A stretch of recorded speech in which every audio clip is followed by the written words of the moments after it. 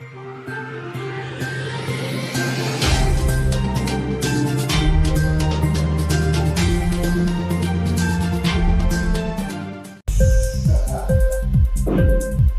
TV prime time news కి స్వాగతం.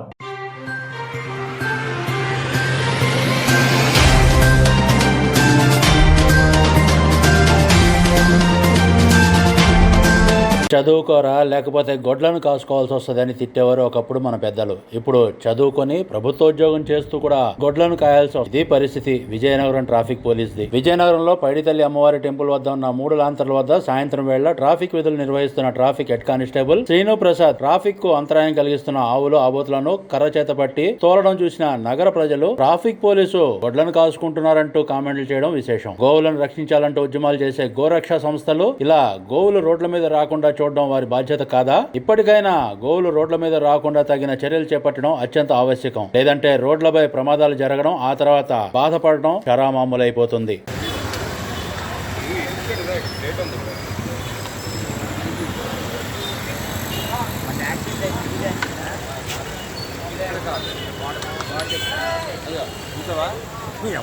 Danger అండి, జనాలు ఉంటుంటారు.